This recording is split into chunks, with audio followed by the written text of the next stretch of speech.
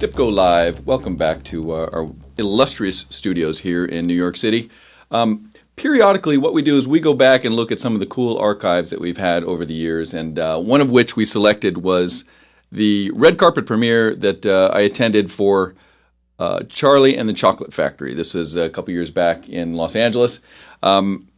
I'm going to play you a couple clips, and I want to explain a few things because this will kind of trip you out. I mean, there's a red carpet every 15 minutes and a premiere, movie premiere, this and that, about every 18 minutes in Los Angeles and Hollywood and such. But so sometimes it takes a little bit to stand out from premiere to premiere. This first clip I'm going to play you, check this out. This is actually, there's no audio in this, just a little background noise. But this clip is what made this different about Wonka and the Chocolate Factory is obviously chocolate is the theme. So the minute I show up at this red carpet premiere, all we've got is this overwhelming scent of chocolate. Now at the Grauman's Chinese Theater, or Mann Chinese Theater as they call it now because it's been bought out, it's outdoors. It's right on one of the main boulevards there in Hollywood, and the strongest scent you're going to smell is cars and street dirt. But the last thing you're going to smell on an open street is this overwhelming smell of chocolate, which was incredibly cool. So we get there, and all we smell is chocolate. And instead of a red carpet, of course, roll this clip.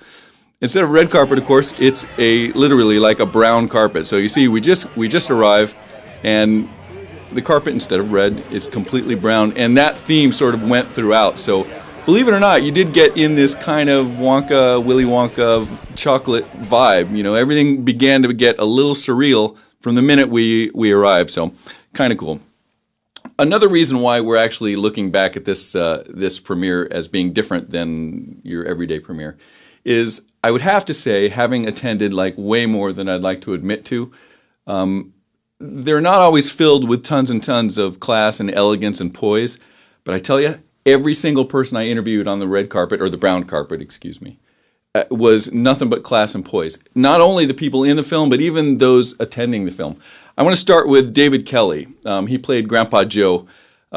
This guy's been working since the early 50s, and I mean this with tenderness and affection. He looks a little feeble and elderly in his years, but he used to play like the cop. He was always like this tough cop in the 50s. And it's still nothing but elegance and poise. Let's roll this clip. This is David Kelly from playing Grandpa Joe. Expect to play a role that a good portion of it began in bed? Well, that was the attractive part. Nothing wrong with being in bed. Anytime I can. Okay. And being in bed with two ladies and a gentleman, I think sets new standards, I think, it's for 3 weeks. It's kind of a Friday night thing. Was it really 3 weeks worth of shooting? It was 3 weeks on that, sure. It was wonderful, actually. Hadn't happened before to me, and probably would never happen again. Well, I don't know. After this film, it just may. You see what I'm saying? I mean, he could have gone a lot. He could have gone a different direction with that setup, and he just chose the elegance and poise route. And like I said, that theme was constant throughout the film, throughout the premiere as well. Makes you wonder if. I know Tim Burton. I've seen the kind of people he likes to surround himself with, and it's almost always class and poise first, and then the edgy, the creative, comes second. Believe it or not, ignore the appearance that he's got because he's a pretty sharp cookie. The next one we're going to talk to, we're going from sort of one end of the age spectrum to the other. This is Anna Sophia Robb, and she'll correct you if you say Anna Sophia Robb. Anna Sophia, one word. She played Violet in the film, and she's from when this premiere was, which was about 4 years ago, something like that, to now she's definitely grown up and come into her own as a little starlet. Still very classy girl, but take a listen to Anna Sophia Robb. Totally enjoyed it. I saw a little sneak peek. Loved your role. You did really good work. Oh, thank you very much. What's it like being directed by someone like Tim Burton? He's such a creative man. It just, when I was on set, it felt like I was in his mind, and he was, he's fun to be with, and he laughed at almost every take, so that made me feel like I was doing a good job. Have you seen the finished product? No, I haven't. I'm about to. So this is so excited. This is the first one? Yes, this is the first one. I wanted to wait and see it with Julia and Freddie and with Kelly and Johnny and just everyone. Class, right? Poise, class.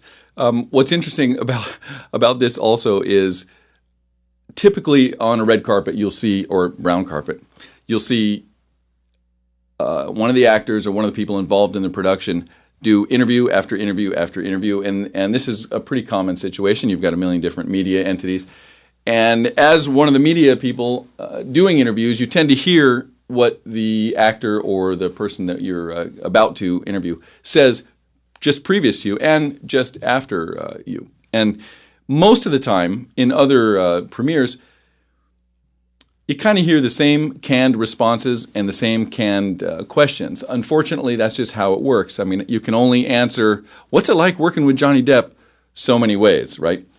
But Anna Sophia and pretty much everyone in the film, every single one of them had a different response as I was listening to the questions down the chocolate carpet there.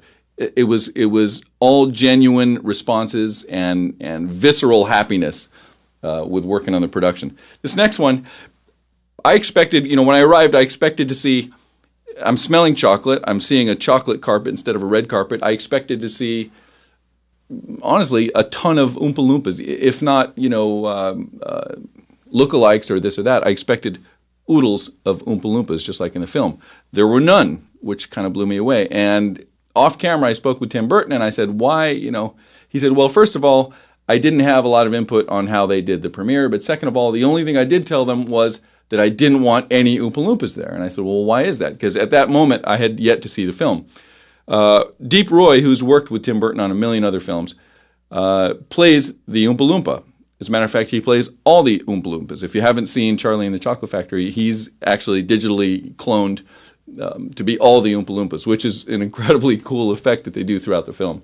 So that's why you only see Deep Roy here and no other Oompa Loompas. But let's roll Deep Roy. I did the first one, the second, and so forth. When what happened in the background, you see what we call the motion capture, and you had to wear a black suit where the cameras would pick up your motions, and that's how they created the background ones. Wow. Yeah. And how is it working under the direction of someone like Tim Burton? I think he's an amazing guy with a vision. He knows what he wants, and he can see in his mind and his head the way he wants the movie to look on the screen. Right. And he brings the best. He brings the best out of me. I know he does, and I think he certainly brings the best out of everyone. Wow, that's quite a compliment to give to him. Had you worked with him before? Yes, I have. I did Planet of the Apes, Big Fish. Now this one, and I also did a voiceover for The Corpse Bride. Wow, so you've been busy. Yes, he keeps me busy. There must be something right I'm doing that he keeps using me. Something right. Yes. That's Deep Roy playing Oompa Loompa, all of the Oompa Loompas in Charlie and Chocolate Factory. Julia Winter plays Veruca Salt. It's one of my favorite, well, actually it's kind of my favorite character in the film, other than the obvious, you've got your Charlie and your Wonka and that whole thing, which we'll talk about in a second.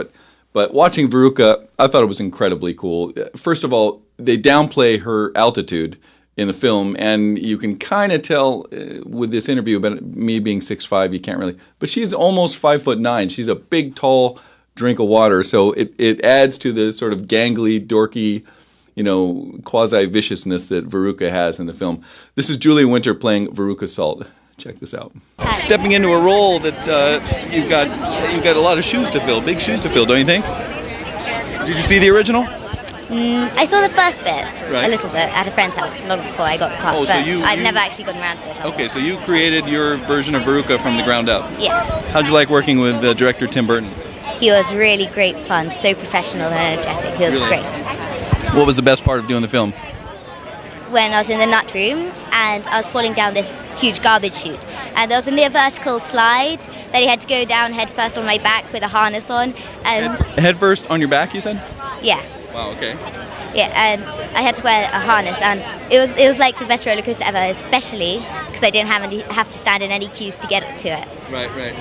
And how about working with good old Johnny Depp? That wasn't terrible, was it? No, he made me feel really comfortable, and you learned so much by just watching him act. Yeah, I mean, none of that was a canned response because I watched her interviews prior and after, and just a genuine, I mean, look at it. Everyone's going Loved working with the guy. Learned a lot from him. Tim Burton, same kind of response. I think if I'm going to do a film, I'd love to be in Tim Burton's. This next bloke, I got to tell you a story about Danny Elfman, the composer and pretty much a partner of Tim Burton's. In my opinion, a Tim Burton film would not be a Tim Burton film without Danny Elfman composing the music. They sort of go hand in hand. Some may agree, some may disagree. Too bad, because it's the truth. Oingo Boingo, a band that began in the 80s in L.A., kind of an underground cult band, achieved humongous underground success, but never really made the giant big time. And Danny, who you're seeing singing now, this is a Dead Man's Party, they're doing live.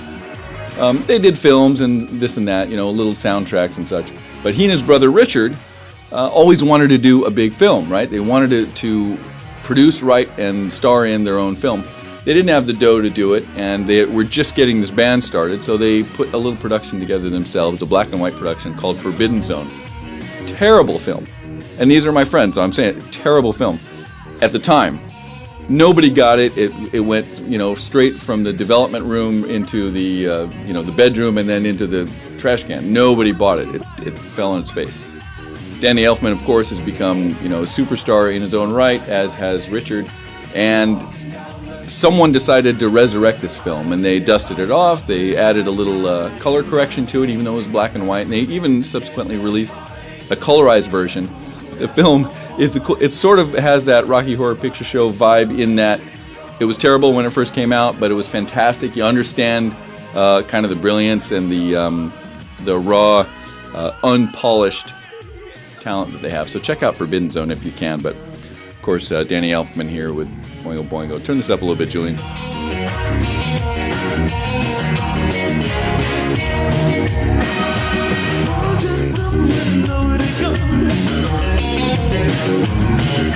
Also, one other thing I'm going to admit for the first time on camera.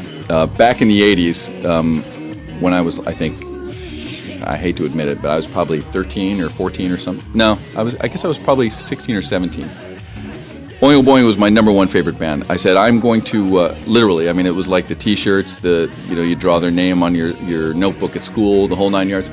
I said, I got to meet these guys. No matter what, I'm going to meet these guys. So I turned 18, and I thought, all right, I got to come up with a plan to meet Danny Elfman, because he was my idol. I'm a composer, he's a composer. I play keys, he plays keys.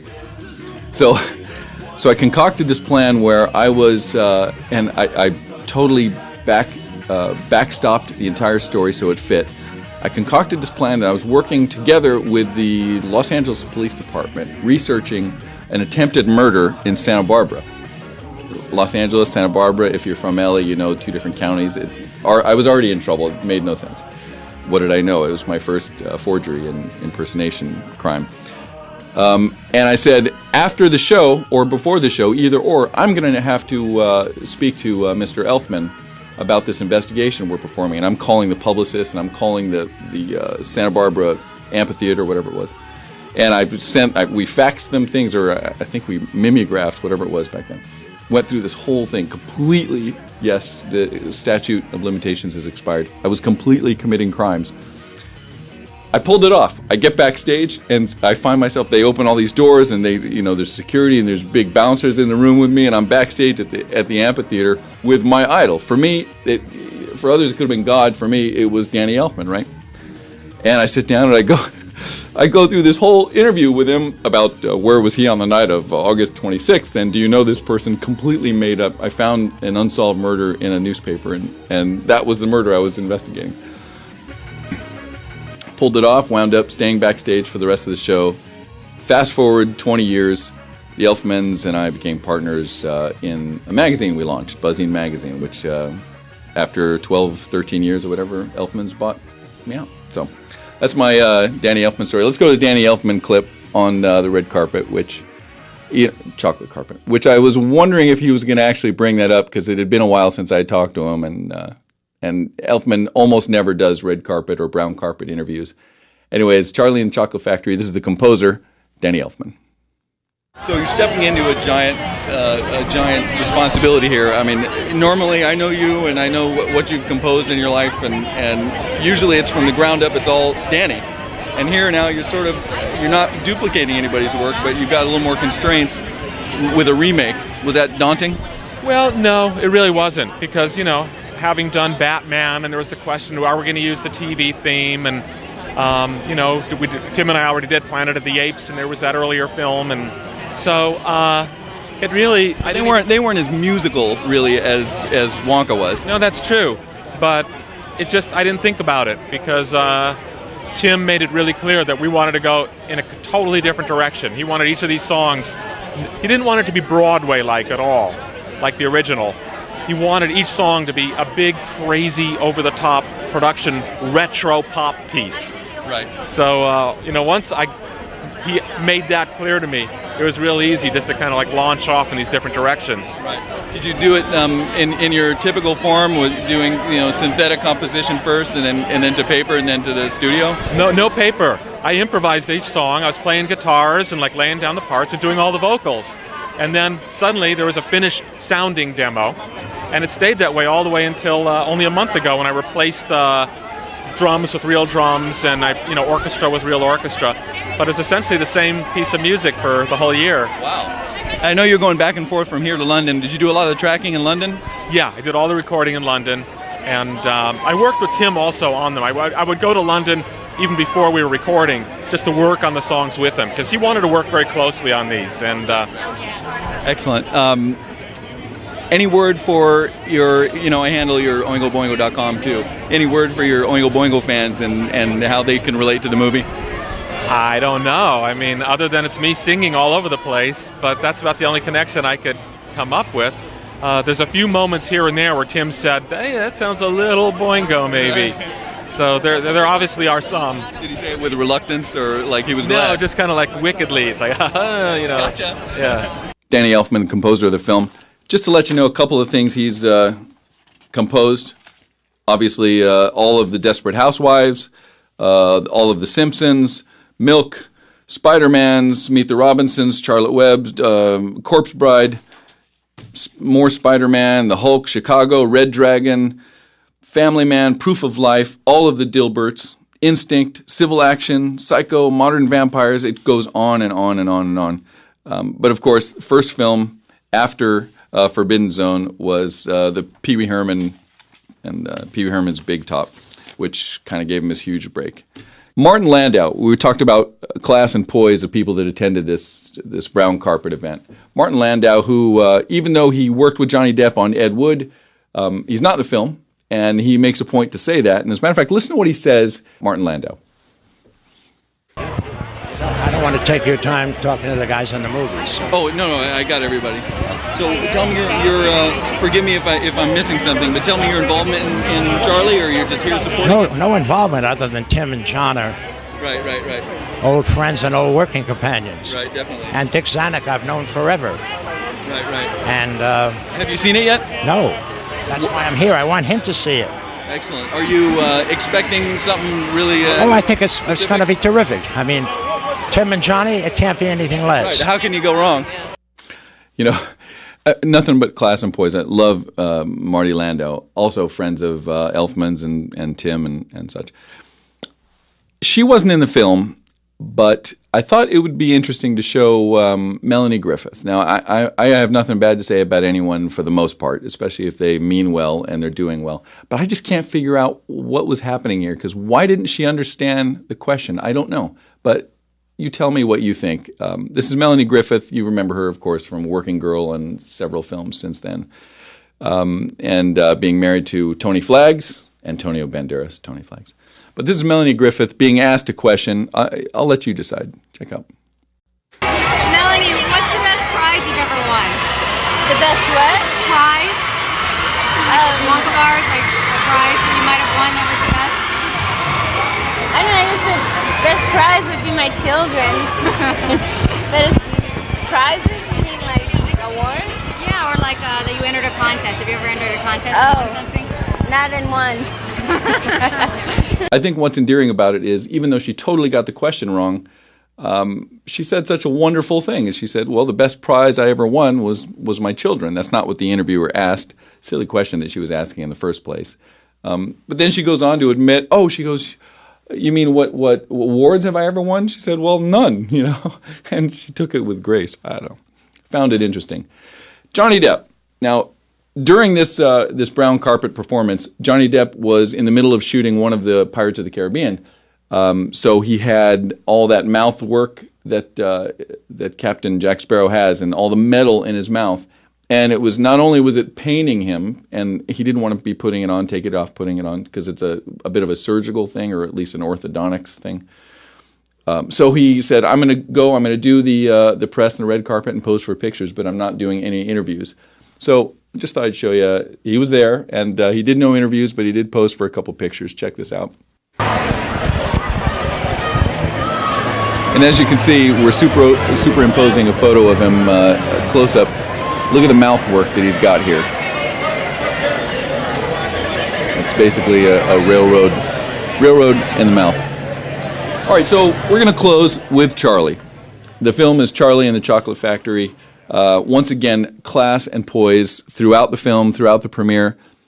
Freddie Highmore, the guy that plays Charlie, another Brit, amazing little actor. The guy's got nothing but career ahead of him. But let's close with Freddie Highmore. Check him out. This is Charlie. Your favorite part about filling this role? Is this a big shoe to fill? Yeah, it's big, and it's weird to be here as well, to see everyone screaming your name, but at the same time it's fun. Yeah, I saw you over there getting your picture taken, and everyone's screaming your name, and you look more surprised than anything. Is this the first time for you? The first sort of... Something of this size? Yeah. And what's it like working with someone like Johnny Depp and Tim Burton, that kind of team? They're fantastic people, and I've been really lucky to have been able to work with Johnny once, I've been able to work with him twice. Right. Two for two. Yeah. Have you learned anything from this film as opposed to learning anything from Neverland? From Johnny, I think I learned that he just treats everyone normally. He doesn't think he's better than anyone else just because he does films. How do you treat people differently? No, I don't treat people differently at all. I think I'm like Johnny in that way. We're both normal people. And, right. Yeah. Right. Well, you're going to give him a run for his money. He better watch you. All right. So that's it. Charlie and the Chocolate Factory from the Stipko Live archives. That was the brown carpet in Hollywood at Mann's Chinese Theater, right there on Sunset or Hollywood Boulevard. Anyways, it's Hollywood. It's not New York City, where we come from here. Stipko Live. We'll see you again next time. Let's close with the trailer of Charlie and the Chocolate Factory.